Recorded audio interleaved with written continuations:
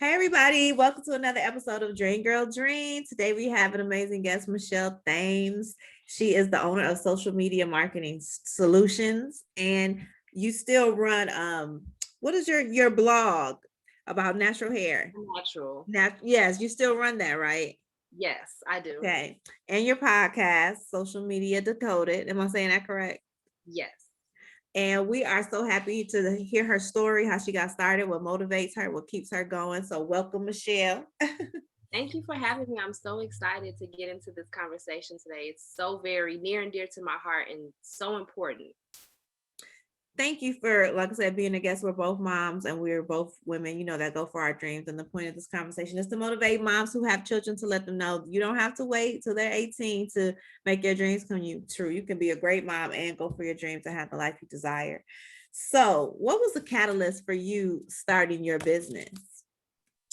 Yeah, so it really was all about my daughter. I used to work for a really large hair care brand about 2 years ago, and I decided to take a leap of faith to start my social media agency. And one of the main reasons why it was an important time for that was because my daughter was going into kindergarten, Mhm. and there would be nobody to watch her when she came home from school. So she would have to go to the bus stop and then, get dropped off from the bus. But she got out of school at like 2:15. And I'm like, well, who works and who gets off at 2:15? So I'm like talking to my husband. And before we even came to this conclusion, I had already been talking about how I wanted to transition into full-time entrepreneurship. And that was one of the main reasons, because I want to create generational wealth for my daughter and those behind, because it's important. I don't come from a family that has a lot of money, and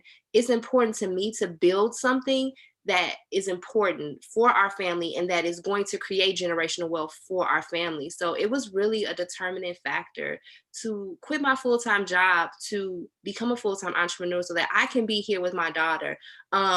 My mom, she didn't work, so she was always home with me. And that was important to me, to build that relationship with my mom and for her to be able to be home with me. So I was always hustling, going to work. And I'm like, I'm tired of this life. And I really want the life where I can do what I love and still be at home with my daughter. So that was the catalyst that really pushed me forward to leave my full-time job to pursue full-time entrepreneurship.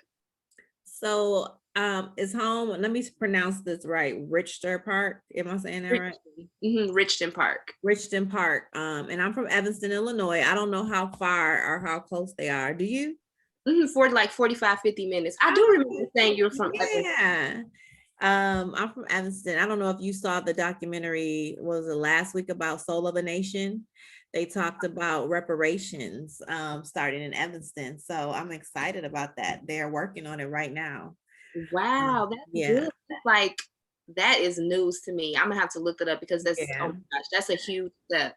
Yeah, because if they start reparations in Evanston, that's a catalyst for it to go, a ripple effect. So, yeah, I moved out of Evanston. I went to college in Alabama and then I moved to Atlanta. So, you are still in the Chicago area, right?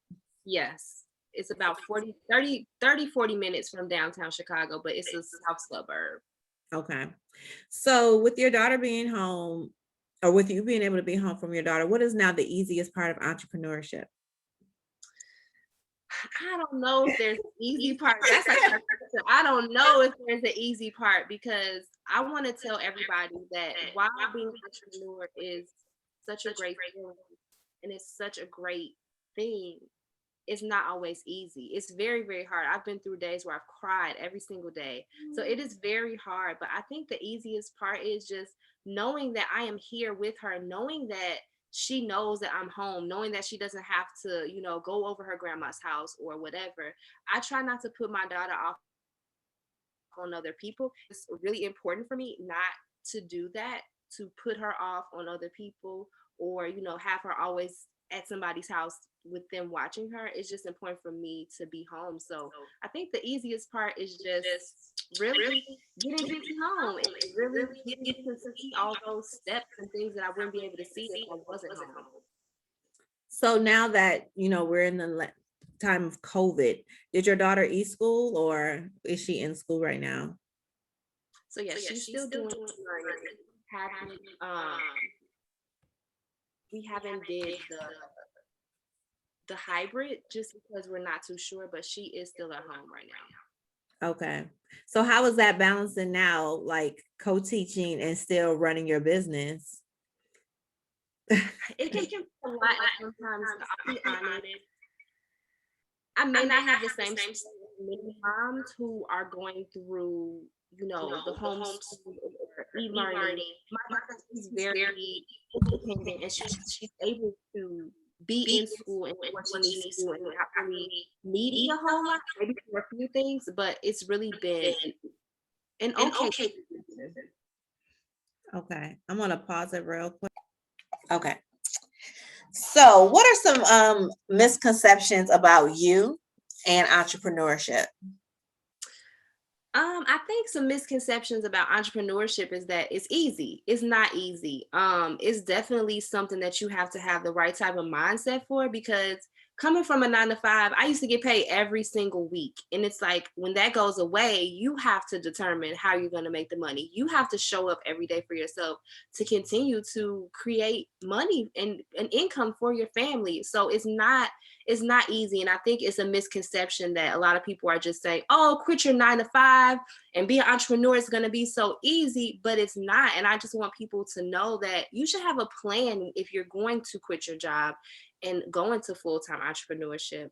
I think a misconception about me personally is that I'm like super nice. While I am nice, I know you've seen this TikTok that was like, don't try me, try Jesus or whatever. That's how I feel. Like I'm very, very nice. But when you cross that line and when you do me wrong, I will cut people off. I do not allow toxicness in my life. Person, people, clients, whatever, they can all go. I just really focus on being happy and being stress free. I don't want to be in stressful situations, so I don't put myself in those situations. So I really do think a lot of people think I'm just like really, really, really nice. Well, I am, but just don't try me. Meaning they take your niceness for weakness, Yes, sometimes. yes. So do you do the business with your husband? I noticed that he was on your Facebook, not your Facebook page, your business page. So are you all partners? Yes, we are business partners. Yes, he is the chief managing officer. So how does that work with, business partners, love life partners? Me and my husband are not partners, but we both work from home. He's a realtor. We even share the same office. We've been together in the same space for years, but we don't work together. But so how does that work? And again, my story may be different from a lot of people's story, but my husband, he's my best friend, and it just works for us in business. He's actually the reason why I started my blog. He gave me the idea. He helped me with the vision to even start. Um, and so it's just been a really great opportunity to be able to grow with him. He does still work full time as a teacher right now, but the plan is that this year he will be able to step away from his full time job to become full time in the agency, because it has gotten really it's grown over the last 2 months, and I'm just like and so I really do am praying that he can come full time into the agency. But it's been a great ride. I mean, he is the one that I go to when I have any issues with clients that I need to talk out. He'll help me get through it, or any other issues that may arise in the agency. He's really the one that keeps me level headed as well. People might take his kindness for weakness too, because he's a very kind person, like one of the most positive people that I've ever met in my life. And I think Mhm. that because he was so positive, it is what has helped me, because I did not used to be such a positive person, but being with him, he has helped me to be positive. That's the same thing with me. I think my husband is the most positive person. It's positive to the point that I'm like, okay, okay. I don't even want to go to him sometimes, but I know he's gonna be like, let's look at the bright side, like, so it kind of makes you, and I catch myself when I'm talking to other people doing the same thing, like trying to find the positive. You talked about toxic and you don't like toxic people around you, and you try to, live your best life all the time. So what does living your best life in me time look like? So living my best life in me time, I am an advocate, and I want to say this to the moms. You Mhm. cannot pour from an empty cup. you are doing everything for everybody else and forgetting about the most important person, which is you. I think that as a mom, we're always told, oh, the kids, the kids, the kids, and we never put ourselves first. But you are supposed to go first. When you're on the airplane, they say put the mask on you first before you help anybody else. And I will say that I really live up to that, because it is important for me to have time alone to think, to have my own thoughts without mommy, or whatever every 5 minutes. It's just that you really need to have that. And for me, that can look like something as simple as sitting down for 30 minutes to read a book, taking a bath, taking a longer shower, listening to my favorite podcast, just anything that's going to fill me up and just keep me energized. I really and that's going to take care of me. So I want to tell all the moms, please take care of yourself. You come first. I know we in society it's like the kids, the husband, but it's you that should always come first. Right, because if you're giving all to the kids, all to the husband, then you have nothing left for you. Then you're like super tired at the end of the day.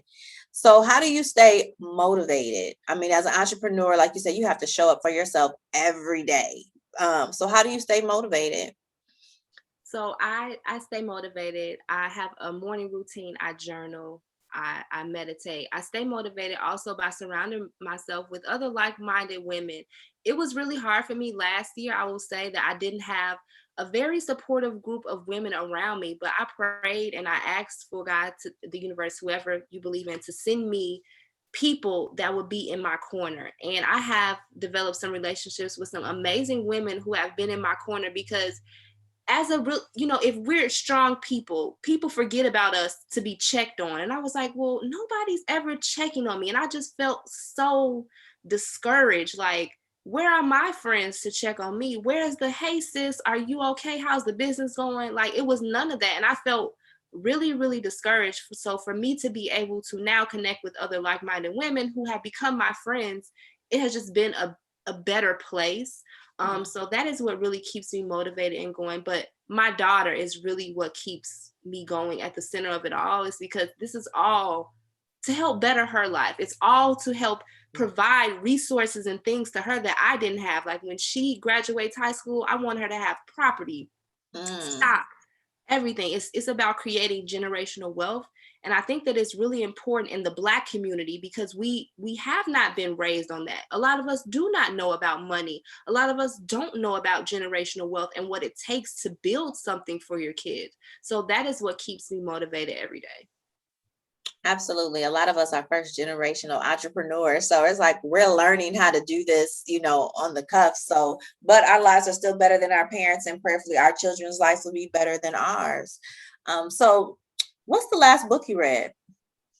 So I am reading The Big Leap right now. Okay. So it's Now a you really good started book. it. Remember I had said it on the call? So Yeah, so I yeah. started it. I think that that's a really good book.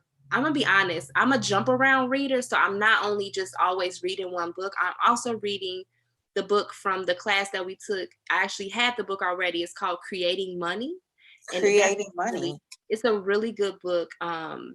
It's written by, I think the lady's name is Sonia. It's written by two people, but it helps to understand your relationship with money and just to get better at that. Because again, I feel like in the Black community, we don't really focus on money. It's a bad thing, and it's like that's passed down. And I don't want my daughter to think that money is bad. Like every time I get a sale, like me and her, I'm like, I got a sale, Riley, I got a sale. And she gets so hype and everything. So it's really pouring into her and letting her know, look, this is how mommy is making money. And let's get excited when we make this money. We have to get excited and be grateful and thankful each time we get a sale, each time someone signs up to my program. So I really do keep her involved with that. And it's just been a fun process with doing that too. Oh, I think I'm gonna look that book up, Creating Money. So what is your next big dream? Oh, what is my next big dream? My next big dream is to speak across different stages around the world, just sharing the importance of building your personal brand on social media. Because I have been in this game for 11 years and I have really just seen it all when it comes to growing and building a personal brand on social media, especially Instagram. So I really want to continue to speak on large stages across the world just to share that and to help people build their brands on social media, because a lot of people think that they can't do it, but they absolutely can. And you don't have to be anybody else. You can be you and be super authentic and still win. And so that is one of my really big goals, is to travel the world to let people know the importance of it. So what is your dream client? Or who is your dream client? Ooh. I don't know. A lot of my dream clients I'm already working with. It is Oh, that's crazy. good. So I'm working with some, I won't say their names, but I'm working with some high level brands that I could have never even imagined that I would be in this position to work with them. So yeah, I don't really have an answer for that. I'm definitely working with some of my dream clients right now. And it's just really a testament of believing in yourself and going after your dreams, because I just started my social media agency last year and we're already on track to make $100,000 this year. So I'm just blown away. Wow. So that was my next question actually is, out of all the things you could do, why social media? What drew you to do a social media agency? Because I absolutely love social media. I Mhm. have a background in healthcare administration. I have a master's and a bachelor's degree. And in 2016, I was fired from my job. And that just Mhm. really pushed me more into my passions, because at that time I was doing, being an influencer, blogging on the side. And then I went into helping other people manage their social media accounts. And I just fell into a love for it.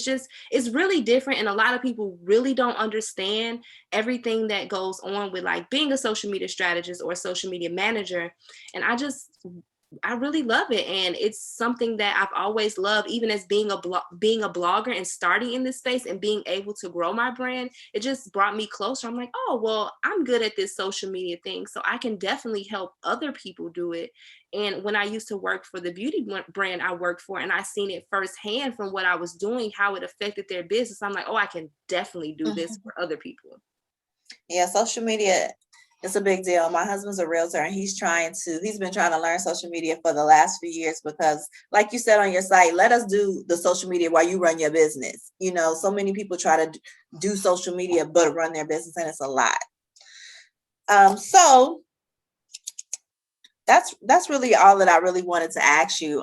But I would like you to give a message to the moms that are watching, just like if they're watching and they feeling stuck and they're feeling like, well, I don't know if now's the time, or what kind of message would you give them to motivate them to go ahead and take that first step?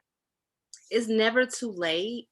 I lost my job at 30 years old and thought that I was in a midlife crisis, but I had to pick up the pieces, because if I didn't, I would still be in that place, sad, depressed, that something like that has happened to me. So I want to tell all the moms that no matter what you're going through, no matter, how hard you think it may be, you need to follow your dreams, because you don't want to live with regret. I know that, again, society tells us that all we should do is be moms, but you are more than just a mom. You are you, and you have your own identity that has nothing to do with your kids, nothing to do with your husband.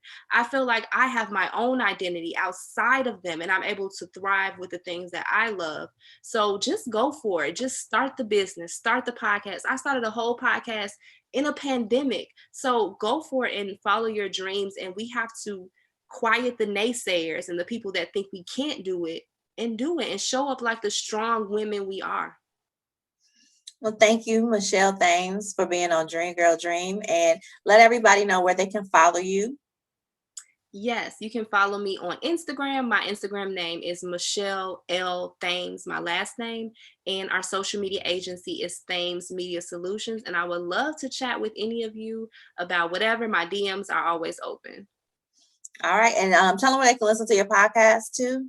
Yes, of course. You can listen to my podcast, Social Media Decoded, on Apple, Spotify. It's everywhere. It will provide you with quick, actionable tips that you can use and see results on social media. Well, thank you, Michelle. And once again, ladies, we'll be back next week. But until then, dream, girl, dream. Thank you.